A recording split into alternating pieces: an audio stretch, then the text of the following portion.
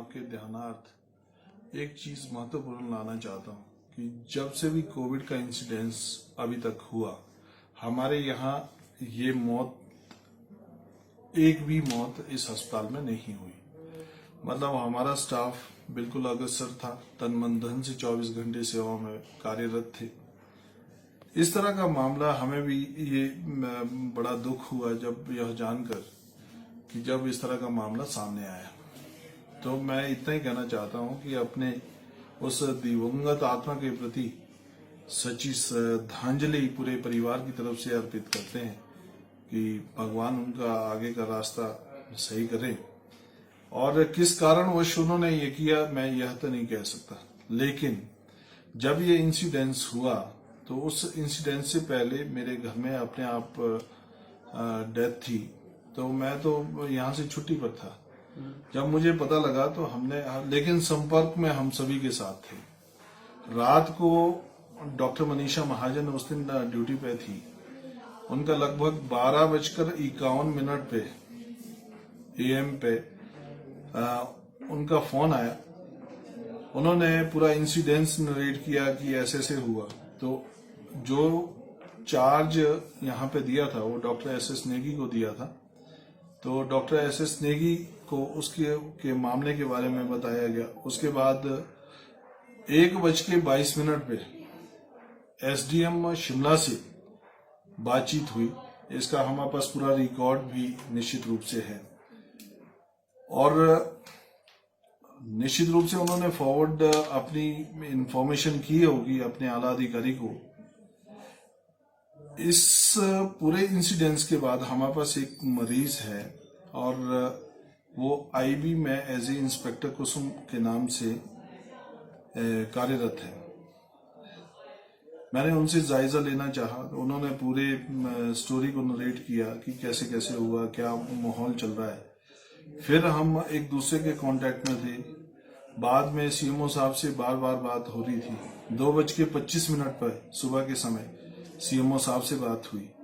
उसके बाद 2:26 पे SHO शिमला से बात हुई, ASP शिमला से बात हुई। लेकिन ASP शिमला का ये कहना था कि इस पूरे मामले में मजिस्ट्रेट का होना अनिवार्य है। तो हमने फिर दोबारा से SDM से गुहार लगाई। उसके बाद ये मामला पूरा नरेट हमने DC शिमला को करना चाहा। 5 बारी फोन किया लेकिन उन्होंने फोन उठाया नहीं। 3:01 पर हमने 5 कॉलें DC शिमला को की। उसके बाद जो हमारे ACS है, एडिशनल चीफ सेक्रेटरी हेल्थ है, उनको 3:23 पे AM पे हमने लगभग कोई 5 से 7 कॉलें की। उनकी तरफ से भी कोई रिस्पांस नहीं था। मीनवाइल SDM को दोबारा कांटेक्ट किया 3:14 पे और मैं कहा आप एक टीम बना के इसको मैं कहा सुव्यवस्थित करें। जब ये नहीं हुआ तो हमारे को डिसीजन लेना पड़ा।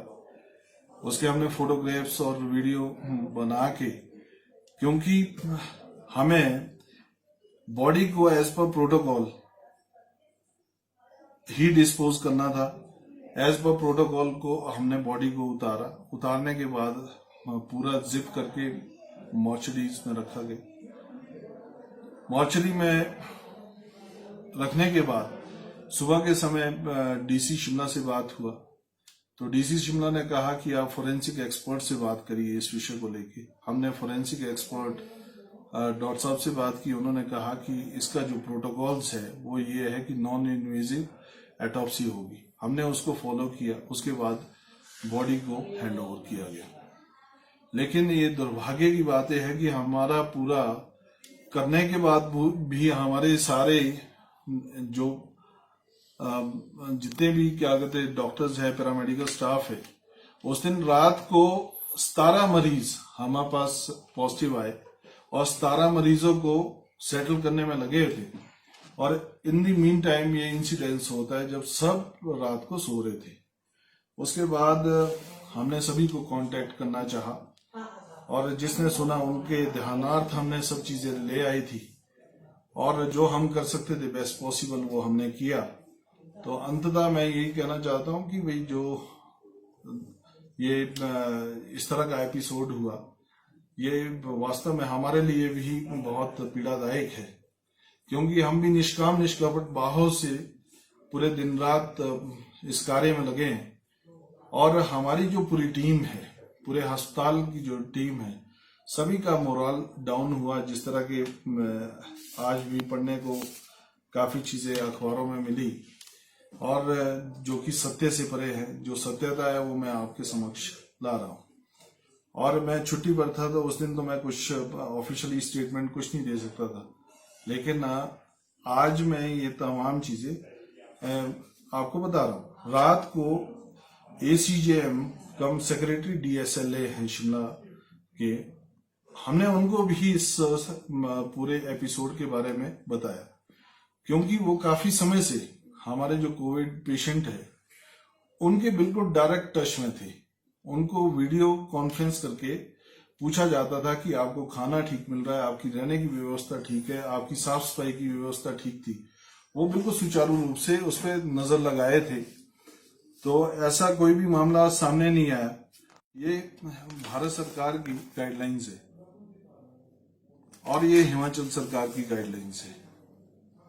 तो हमारे जिस तरह के आदेश हुए तो हमने उसके अनुरूप कार्य करने की जरूर कोशिश की गई, लेकिन समय समय पर जिस तरह से हमने ह्यूमन रिसोर्स के लिए हमने गुहार लगाई कि भाई गैप एनालिसिस की मीटिंग हुई। गैप एनालिसिस की मीटिंग में वो मीटिंग के कागज भी मैं आपको बता सकता हूं। उस मीटिंग के जो भी कागज है, इस पे कोई भी कार्रवाई अमल में अभी तक नहीं लाई। कमियां थी, इस कमियों को जिस तरह से यहाँ पे डॉक्टर्स इन्होंने शॉर्ट आउट किए थे गैप एनालिसिस में कि भाई वेंटिलेटर मैनेजमेंट ट्रेनिंग के लिए हमारे को 30 मेडिकल ऑफिसर दिए जाएंगे और 91 स्टाफ नर्सेज दी जाएगी। लेकिन आपके ध्यानार्थ में ये लाना चाहता था कि हिमाचल सरकार ने, आदरणीय मुख्यमंत्री जी ने ट्रांसफर पर बैन लगाया था, उसके बावजूद भी यहां से डॉक्टर्स ट्रांसफर किए गए। एक गायनेकोलॉजिस्ट को यहां से उठा के गायनी में KNH भेजा गया, दूसरे को एक PSC में भेजा गया, तीसरे को प्रमोट करके टांडा भेजा गया। आज हमारे पास गायनेकोलॉजिस्ट भी इस अस्पताल में नहीं है। तो इस तरह की जो कमियां हैं, वो हमने सारी कमियां की कितनी स्टाफ नर्सेज होनी चाहिए, कितना लैब टेक्नीशियन होना चाहिए, दूसरा स्टाफ होना चाहिए, इस पर कोई भी चीज अमल में नहीं लाई। बल्कि ऊपर से जब PIL कोर्ट में हुई, कोर्ट में 2 डिस्ट्रिक्टों का जो रिवर्ट बैक हुआ, सोलन और नाहन का, उसके बजाय उन्होंने ये डिसीजन लिया कि जितने भी ये सिम्टोमेटिक केसेस है वो इस जगह को भेजे जाएंगे। उससे क्या हुआ कि पूरे प्रदेश का लोड अस्पताल पे पड़ गया। जिस तरह से जितने भी ये सिम्टोमेटिक केसेस IGMC में आते हैं वो हमारे पास दाखिल हो जाते हैं। और जो गाइडलाइंस है भारत सरकार की वो अलग है, हिमाचल में गाइडलाइंस थोड़ी अलग थी। तो ये मेन वजह रही, वो मैं असल के ध्यानार्थ लाना चाहता हूं कि इसमें हमारे स्टाफ का और बड़े